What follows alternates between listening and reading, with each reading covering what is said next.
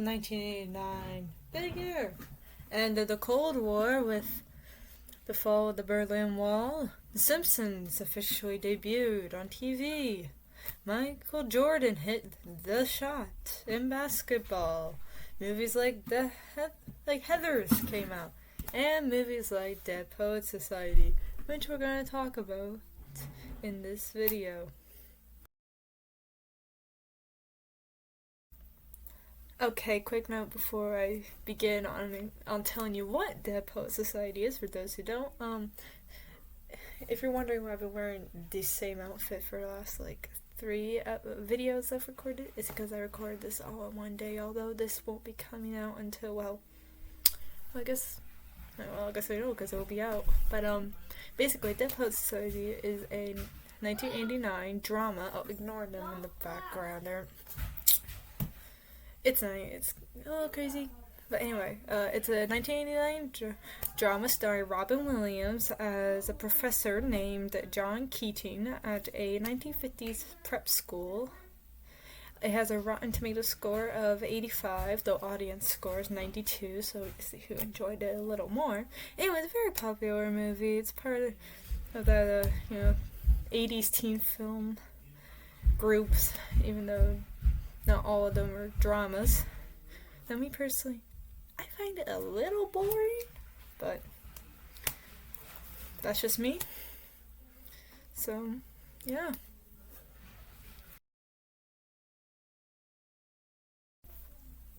Alright, so the characters you will need to know in this movie is, firstly, John Keating, played by Robin Williams, Neil Perry, played by Robert Sean Leonard, Todd Anderson, played by Ethan Hawke, Knox Overstreet, played by, I believe that says, Josh Charles. Then Charlie Dalton, played by Gail Hansen, Richard Cameron, played by Dillard Cussman, and there is Stephen Meeks. Honestly, I think he looks like Percy Weasley, sort of, but that might just be me. Meeks is played by I'm probably gonna butcher this, but Alan. Oh, you know what? You search that up yourself. I'm gonna butcher this guy's name so bad. Gerard Pitts is played by James Watterson. Mr. Nolan's played by Norman Lloyd. Mr. Perry's played by Kurt Woodsmith. And Chris Knoll is played by Alexandra Powers. Now that's all the characters and the actors that played them that you will need to know for this.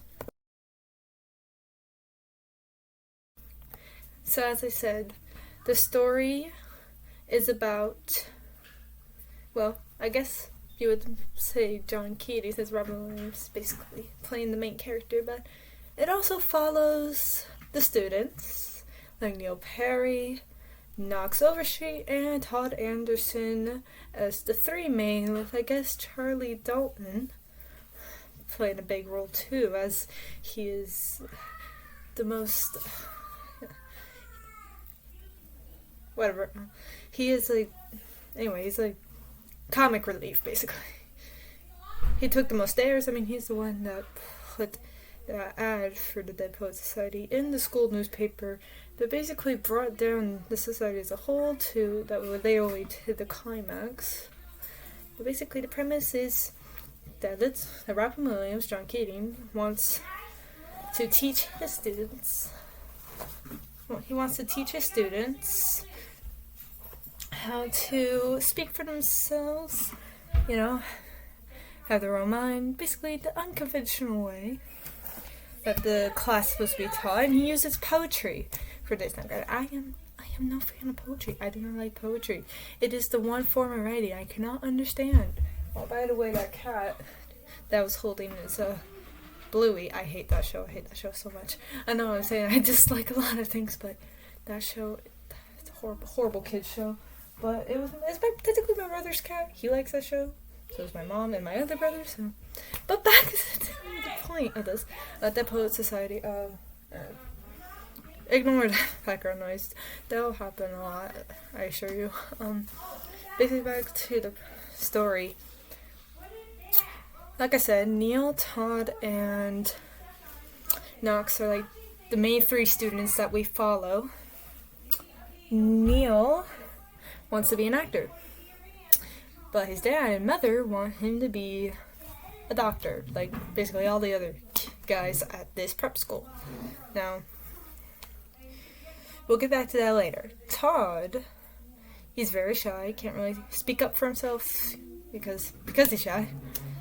And then Knox had a big old crush on a girl named Chris Knoll, who he meets when he has dinner with the Danberries, who, if I remember correctly, is friends with his parents, and that was why he was there in the first place.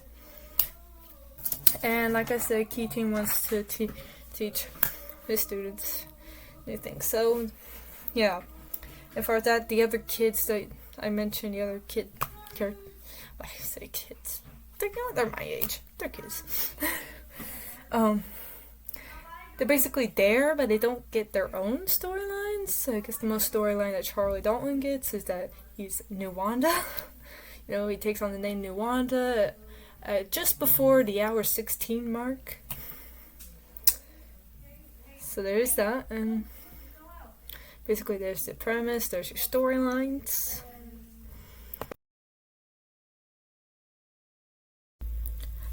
So basically, the movie starts with the very beginning of the new school year, introducing Mr. Keating, who is the new English teacher. Now, skipping a little ahead, we meet the students, when they're going to their dorms.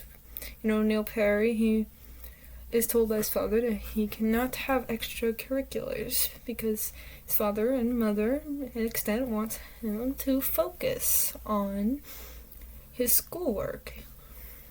Really, they want him to really focus that year. So much so they even made him go to summer school. I don't stupid me, but that was the summer before the movie takes place. Anyway, so yeah, we meet them, and then Mr. Keating's first class. So basically, Mr. Keating, he walks out of his office, past all of them, sitting in their seats with their textbooks, past all of them, whistling. No, I can't whistle, so I'm not actually going to whistle. But basically, the point is that this class gonna be different. Okay, he's not even using the textbooks. He goes out in the hall with them, tells them, telling them all, shows him the pictures of school alumni, and introduces a phrase that pops up many times after. Carpe diem.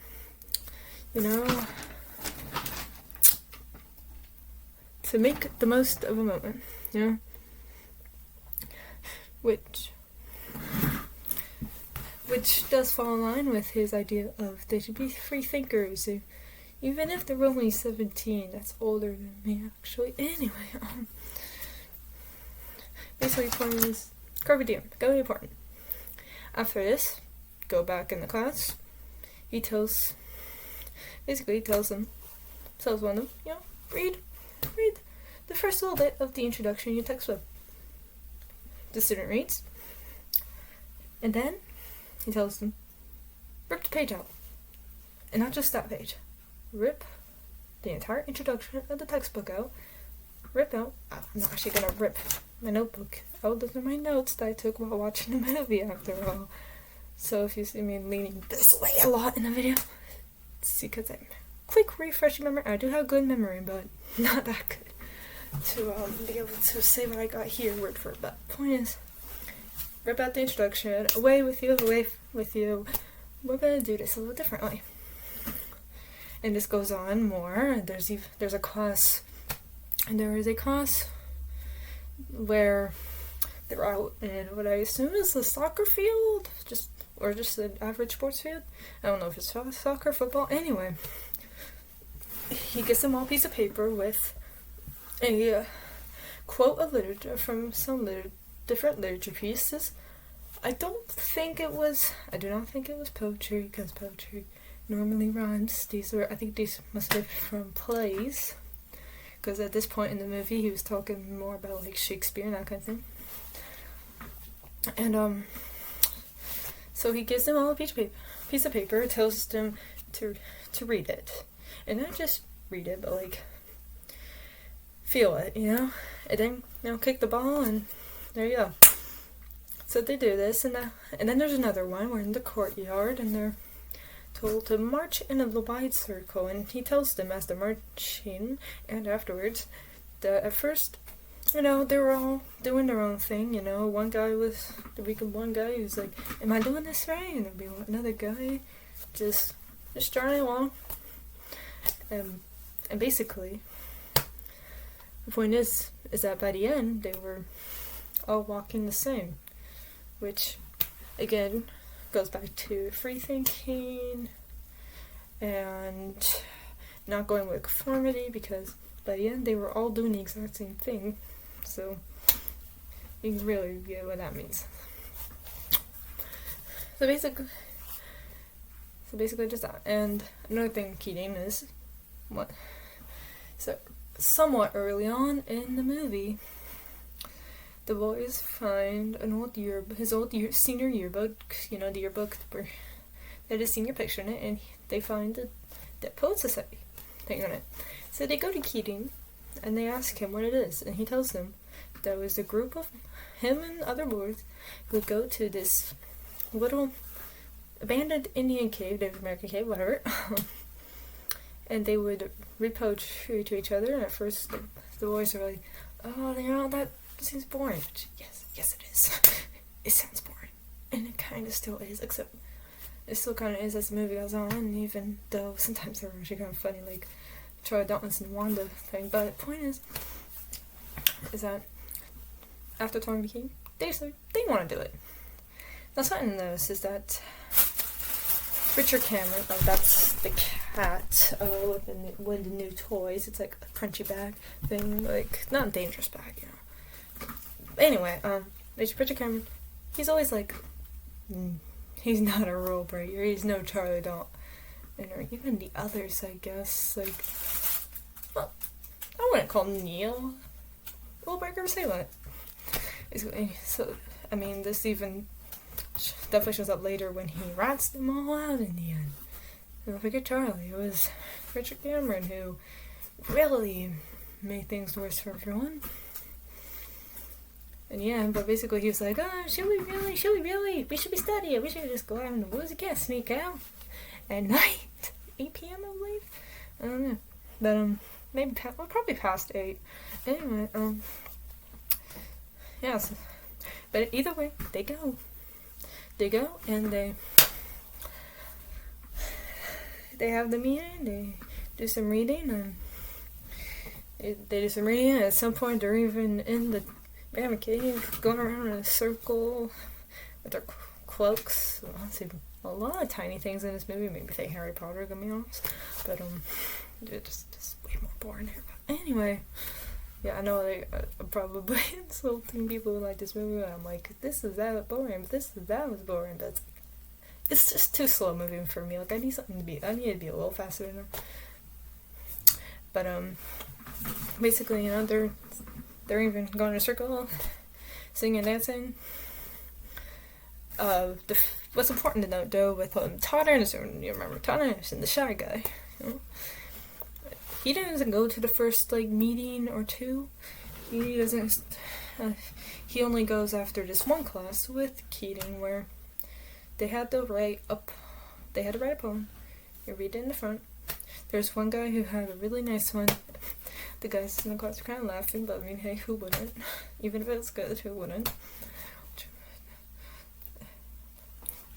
Now, Dalton, of course, he had first grade level, which I'm surprised Keaton was like, okay. Like I know I said, no, do what you want, but that is too little. But point is, Tom, he didn't want to read his because he's shy, because he didn't think it was any good. So he lied, saying that he didn't do it, but he did. He just didn't want to read it because he was unsure of himself. So Keating brings him up front of the class and starts telling him to think of something. And he's got me a little pressure. I'm kind of like, you know, how are you sure you should be teaching and treating the student like that? But overall it works. And out of Todd Anderson's mouth comes, well, I guess it's what we consider a good poem. Like I said, I'm not a poetry person. I'm a reading person, but not a poetry person.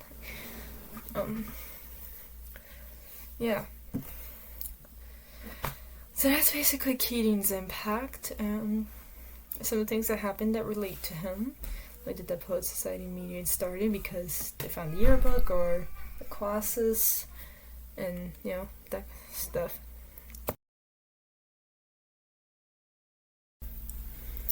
Okay, so about Knox. Also, before we start, though, I'm in a different shirt because it's actually the next day to when I recorded all the previous sections, so that's why different outfit. But anyway, Knox and his crush on Chris Snow. So basically, it kind of starts. He's going to Danbury's, you know, for dinner. He meets her when he gets back to the school. Welton.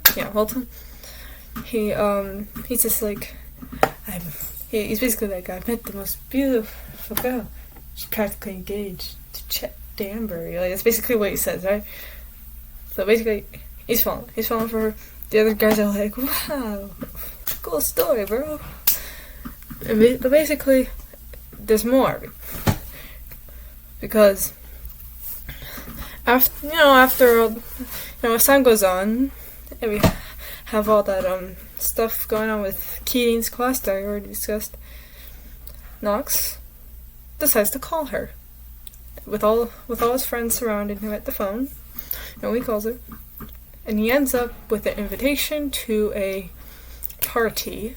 And basically, what's important about this is that he didn't just happen to get the calling her, and she happens to be like, "Hey, you want to go to the party, by the way?" Like, she was actually thinking about him to invite him to this party. Now, later on, while the guys are doing a Dead Poets Society meeting, I believe they were at a meeting.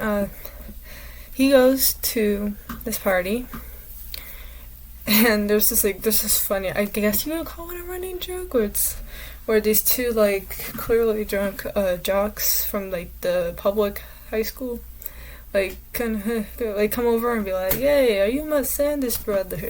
That is actually funny. But basically, time goes on at the party. I feel like he might be a little tipsy. I mean, we see him sipping from what is clearly alcohol, because like I said, the two drunk guys are clearly drunk.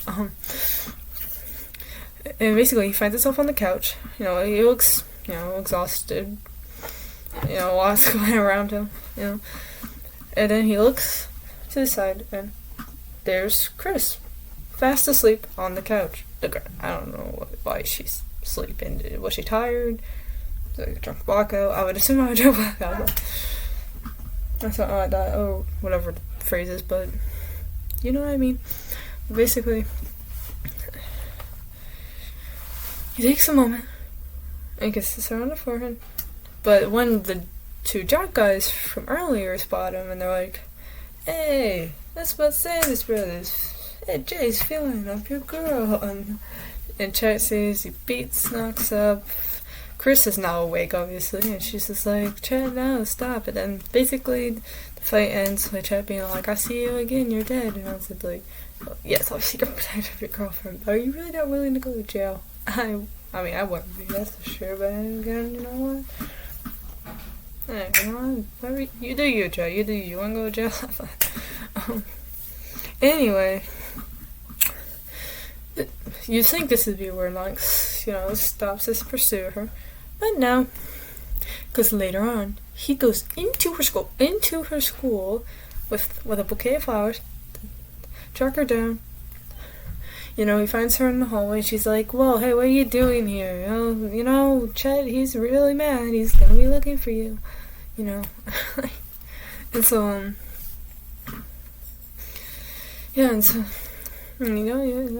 Gilly on the spot. And she says that so much in the movie. It's like, I don't know if you're over-exaggerating or this guy's some psychotic killer now. I mean, we never see Chet again, so I don't see the threat. But point is that she just walks off, goes to her, I guess, but it would be first class of the day. I don't know if it was morning or not. But he follows her into the classroom and he starts reading the poem. He has all these kids around, and she's just, well, seems embarrassed. Hey, Cash. Ignore that. Basically, so basically, you think that would definitely be the end, right? I mean, that was a pretty, bold move on Knox, right? But no. When he and them are about, he and his friends and Mr. Keener are about to head out to go see Neil's play, which we'll get to later. But I'm saving that kind of for last because I'm saving that for last with the three main students. Because well, you'll if you know Neil Perry's story, you'll understand why I would say that for kind of last. But anyway, they're going out, and then as they're walking down the hall, Chris is there, and she's like, "What? I need to speak to Knox," and he's so he tells the others to go ahead, go ahead, I'll walk. Eventually he's like, go ahead, I'll walk or whatever to the play, and turns out she was there to warn him that Chet's even madder now. I don't know.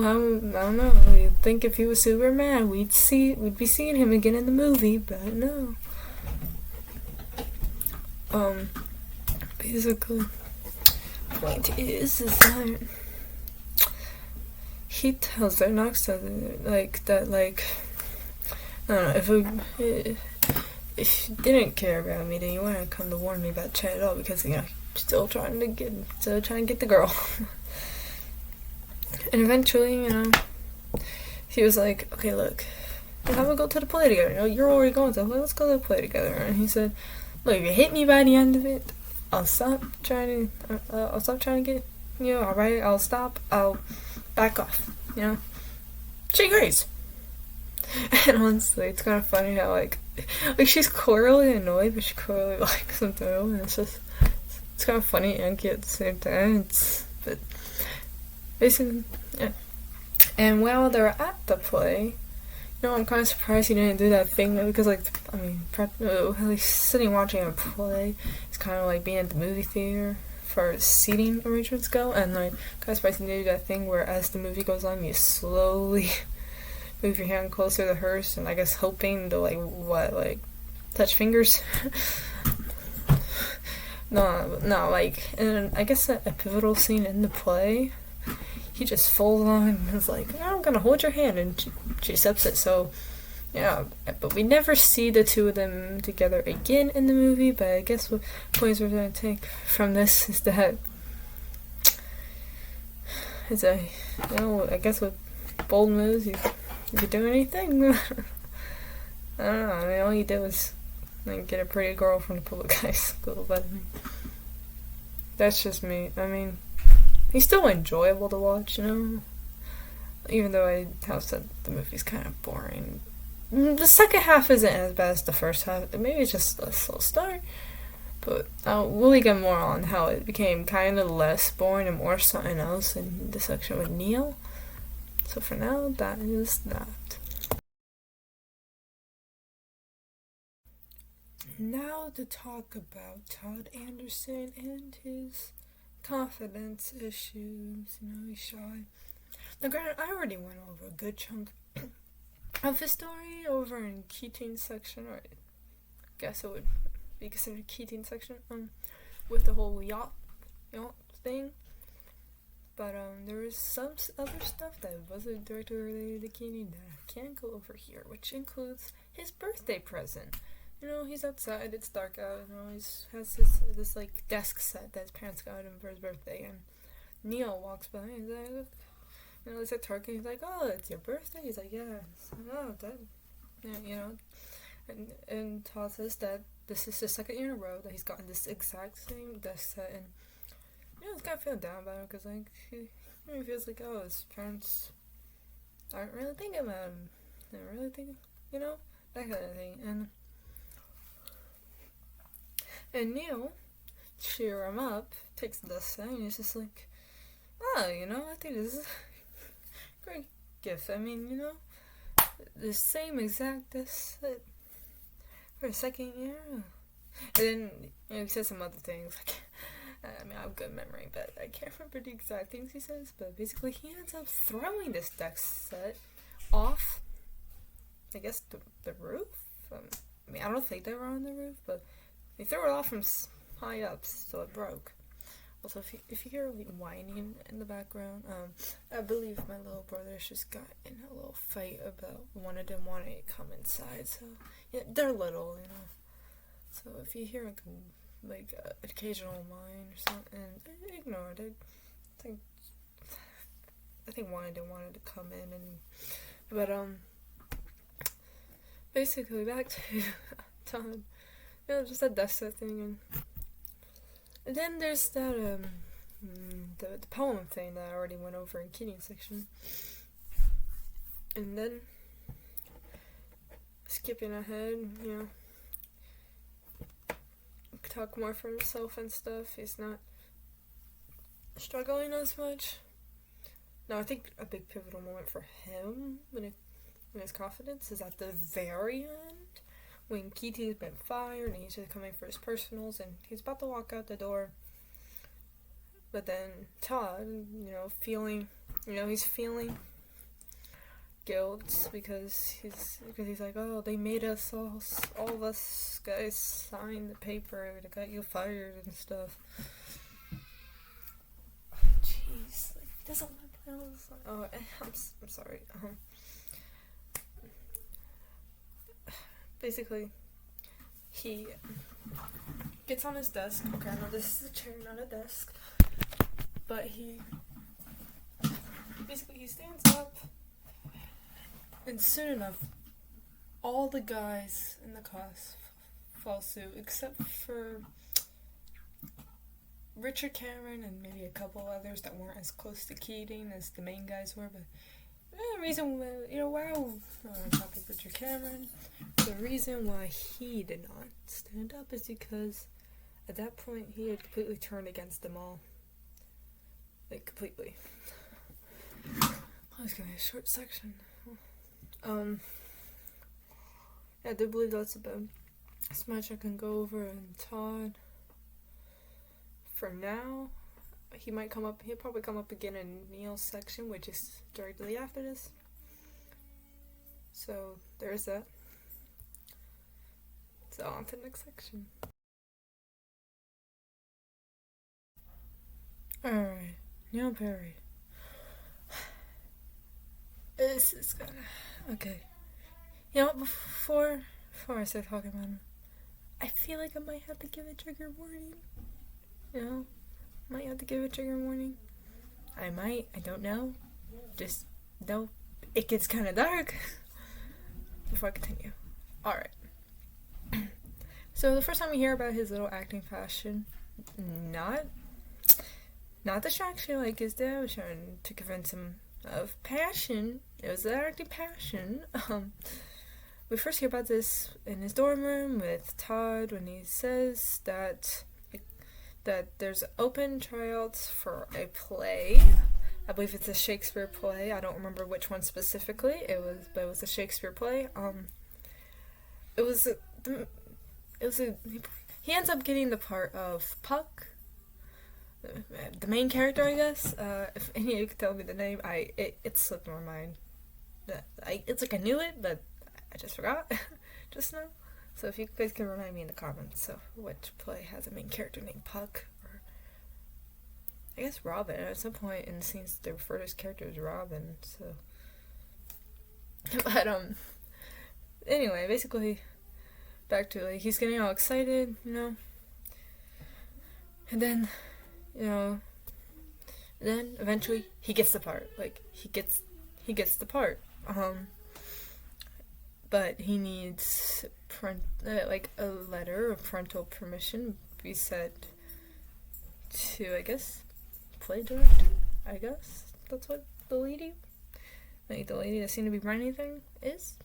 I know it sounds like I don't know how any of this works, but believe me, trust me, I do. I do. Just this is unscripted, so this video's unscripted. So, but basically, Todd then reminds him that like your dad's never gonna agree to this. He wants you to have no extracurriculars. He wants you to eventually go to Harvard, be a doctor, and then Neil's like, oh, come on, man. Like, let me at least enjoy the idea for a second. And then, basically he ends, that happened either in the first time it gets brought up or the second time it gets brought up, but basically in the end he decides to fake a letter from his dad. So he does that. He's able to go to the rehearsals and stuff, because he has the main part. But eventually, one day, he walks into his dorm room, and his dad is sitting there, and his dad is like, you thought I wouldn't figure it out? Well, hey, I forget the lady's name, but, he mentions this lady, he's like, she said that, hey, my niece and your son are in a play together. I said, oh, well, no, you must be mistaken. You mean where? I mean, he usually says that, and, he's angry, he wants his son to be a doctor. He wants his son to be a doctor, and, Neil's just he's just, hurt and stuff, and, his dad is like, you're going to drop out of this play, you're going to forget about it, okay? But Neil was like, I can't, I played the main part, and they would, in the shows, literally tomorrow night. So after this, his dad's all angry, he leaves, he's like, you better leave that play. He goes, Neil goes to talk to Mr. Keating, and they have a little heart to hurt, because, like I said, it's an acting passion, not a whim, what was the word I used, literally 2 minutes ago, a distraction, and then Mr. Keating's like, well, if you could tell him, you just told me, maybe he'll understand, and, Neil's like, yeah, I mean, I wish I could, but I don't think I could talk to him like that, which shows what kind of person his father is, Mr. Perry, which obviously, it kind of hurts, especially with what happens later. Like I said, trigger warning in case there's people who could be, you know what I mean, who wouldn't feel too good hearing about what happens to Neo at the end. Basically, next day, he's in Mr. Keenan's classroom, I guess, doing notes or something, study or something. Mr. Keenan's like, hey, did you talk to your daddy? And Neo lies, saying, oh yeah, I did. He told me I could stay with the play. And Keaton, not realizing this is a lie, he's like, oh, that's cool. And basically, the evening comes, they're all headed out. Like I said in Knox's section of the video, Knox had to walk with Chris Knoll, so he's not in the car with them. Basically, they're there. Neil goes on stage. He does really good. Now, granted, I know nothing about the Shakespeare story that he was doing. Like I said, the name has momentarily left my head, and there is a name in my head, but I think I'm wrong about which one, so I'm not even gonna bother saying it. So, like I said, remember in the comments of what exact play he was in.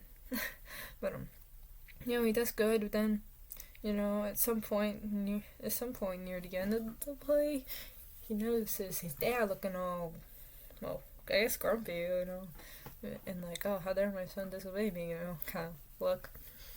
He's standing in the very far back by different doors to the building.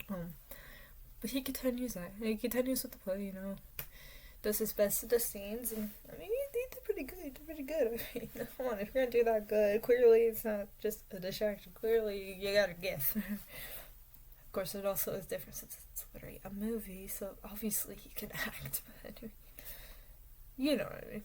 I guess you pretend to be bad at acting. You can act like you're bad at acting, but it's we shouldn't be surprised, right? We shouldn't be.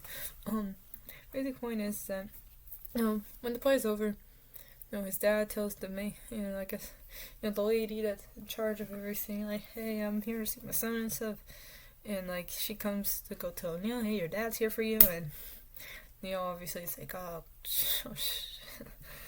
I don't know, he's gonna be so mad at me, and like, he and his dad are walking out, and Mr. Keating and the other students, his friends, and Neil's friends, are like trying to catch up with him. So the guy doesn't enjoy himself, and Mr. King finally got it up and is telling him how great he is, and then so Perry's like, "Hey, you," like, he basically yells at Keating, "Man, I stay from his son," because like he blames Keating for Neil's disobedience, which I guess it kind of is disobedience. I mean, he did sign up for that play and trick his dad and stuff, but at the same time, it's like, just let him act. I mean, he has A's in his classes anyway. Just let him do like one single extracurricular. But basically, instead of going back up to Welton, Mr. Perry brings him home, where his mother's waiting, and Mr. Perry ends up telling Neil, "Look, tomorrow I am unenrolling you from Welton. You are going to a military school, then you're going to go to Harvard, you're going to be a doctor," and Neil obviously is like, it's just like, oh gosh, that's going to be like 10 years, and you can tell, like, in the scene, like, he feels trapped, which goes back to something he actually said with Keating in the office when he originally had that talk with Perry, if you remember that, yeah, she was like, has this like lost look on his face. It's like, I'm trapped, which is like so sad. Like, seriously, like there's the upcoming scene. Like I was just like, what the hell movie? What the hell? But basically back to the present time where I'm at in this recap. Basically, there's that, and then his dad leaves the room. His mom's just like, the mom, the maternal instinct, so she's kind of a little more soft on him.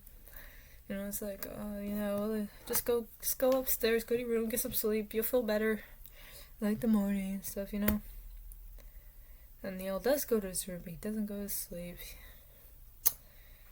He's still in his costume from the plays, like, takes his shirt off, he puts his little, like, twig crown on that he had that was part of the costume he was wearing. He opens his bedroom window, he's kind of staring at him. It's snowing, by the way, it is snowing, so I guess it's winter. Because it's like the first semester. Basically, the story takes place in New England, by the way. New England, so up north. Basically, he's just kind of standing there. He ends up leaving his room, going downstairs, after sneaking into his parents' room and stealing a key to his dad's desk, and I guess that was his dad's study downstairs. The story takes place in the 50s, by the way. I don't know if I mentioned that. I think I did actually in the beginning. Takes a gun out, and you can piece together right about that, but like, the exact next scene is his his dad waking up like, what was that? I heard something. Then the mother, Mrs. Perry, wakes up too. They start going through the house, and Mr. Perry finds the open window. Like, I'm assuming he's like, wait a minute, did my son climb out the window and run away or something? But like, so he goes downstairs, but then I guess he notices something in his study. The door's cracked open. She's like, I guess it's smoke. Like, rising behind his desk, and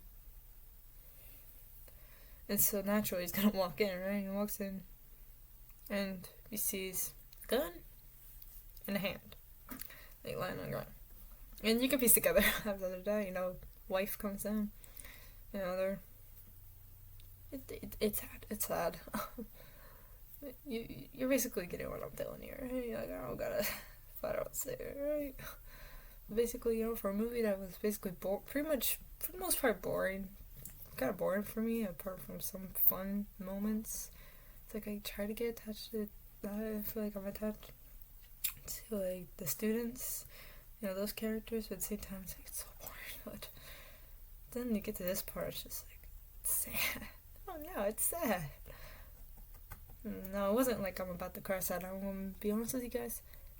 I don't really cry during movies, TV shows, or even books. That doesn't really happen for me. It's only happened, like, no more than, as far as movies, TV shows go, no more than 10 times in my whole life.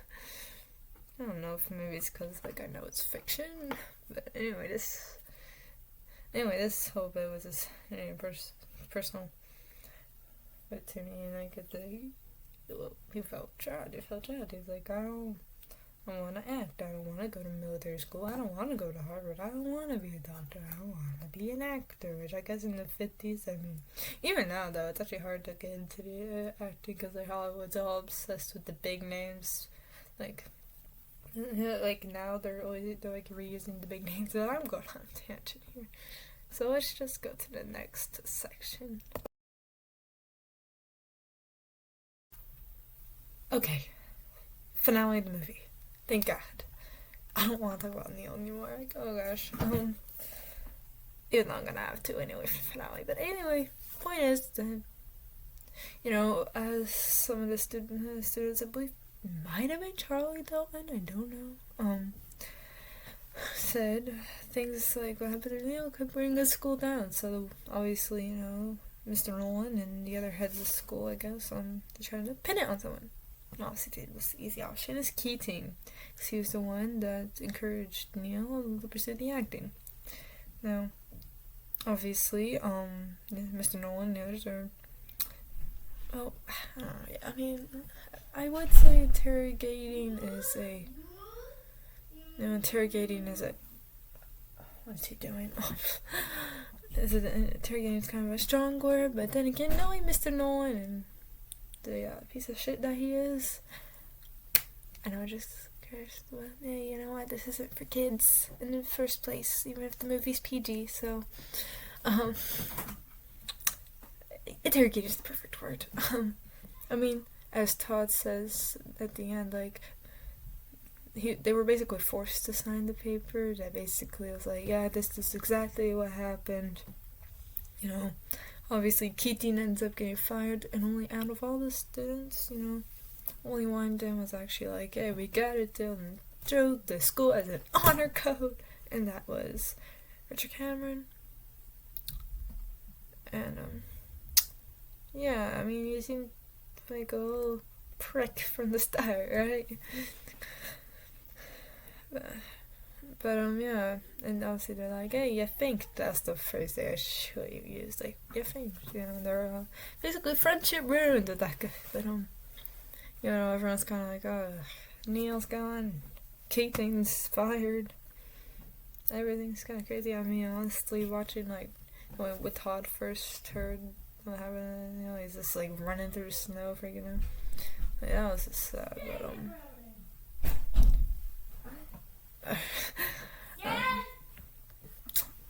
god, guys. Alright, ignore that. Please ignore that. Like I said, I got nowhere else better to record this, so. Basically, yeah, and like, so basically, until break comes and the school can find a new English teacher, Mr. Nolan is gonna be teaching. English. So, and it was kind of funny to watch and be like, okay, so where were you guys? Where'd you guys leave off in the course? And they're just like, we skipped around a lot, sir. Alright. Well, then let's start from the beginning. It was read the introduction. Sir, I don't got the introduction. It's okay. Well, read for someone else's book. All of them are gone. That was actually funny. I'll admit that was funny. It's like, oh, okay. So obviously Mr. Nolan's like, read from this, and that's when Keating comes in, and then like I already discussed this, like, Todd stands up on his desk, because so does a lot of the other guys. Basically, kind of sad end, and I guess me, the viewer, supposed to feel some level of empowerment watching all the guys deliberately stand on the desk as Mr. Nolan's running around like, hey, get down, will you just get down? But like, to me, it's just like I'm still back at like the Neil Perry bit for me personally, so it's like I can't even pay attention to that, but so there's that. there's that. I guess that would be it for the finale. If I left something out at all, let me know. But just don't be a jerk about it. I mean, this is the first film review I'm ever gonna record. But anyway, on to my final thoughts. Final thoughts. Alright. I'd probably give Dead Poet Society a score of 6 out of 10. And here's why. Like I said throughout the video, I'm bored. I'm bored for most of it. Like, I have to do something else while watching it. Like I did last night. But, last night too, when the second half of the video was recorded, obviously, like I mentioned the shirt change, because it's a new day for when I'm recording the rest of it. But there are some enjoyable things. Charlie Dalton's hilarious. Robin Williams, great as always. I don't even need to explain that one. Besides, he's one of my top 3 favorite comedians, alongside Bill Hader and Adam Sandler. And I'm sure he's a lot of other people's favorites too. No, so the Charlie Dalton, though, she is hilarious. So, watching Neil, like I said, like, the fact that the movie could get me feeling real emotions, and I'm just like, there's a guy who, and that gets points with me personally. It's like, it's hard to do with me, with fiction. But let's see, what other characters did I like? Okay, I do like all the students as a whole, I guess, but I just don't get attached in the way I do other 80s teen films, like The Kids in the Breakfast Club, or The Freedom and Ferris Bueller's, Greasers and The Outsiders. You get my drift. So like I said, 6 out of 10. And well, how about you guys tell me what you think of the movie down in the comments below? And if you have anything negative to say about it, at least don't just say it like an asshole. Don't say it like that, okay? But tell me what you like. Do you like the movie? Because like I said, there are things about it I like.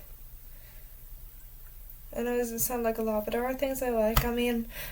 Believe me, I did find myself laughing, and somewhat enjoying myself at times. There was a point, like, near the end, like, last 40 minutes, where I was just standing behind my chair like this, and just, like, watching, and I was just like, oh, look what the guys are doing. But basically, like I said, tell me what you think in the comments below. Like, subscribe for more of all kinds of stuff, and also if you have any other movie recommendations that you'd maybe like to see me do a little review about, the streaming services I have access to is Netflix, Hulu, HBO Max, Disney Plus, and I have 33 movies offering to go at home, which actually include a Dead Poet Society.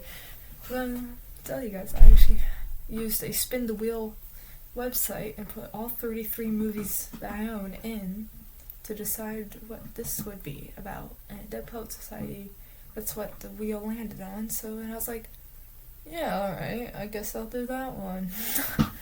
At least it wasn't Perks of Being a Wallflower. That one was...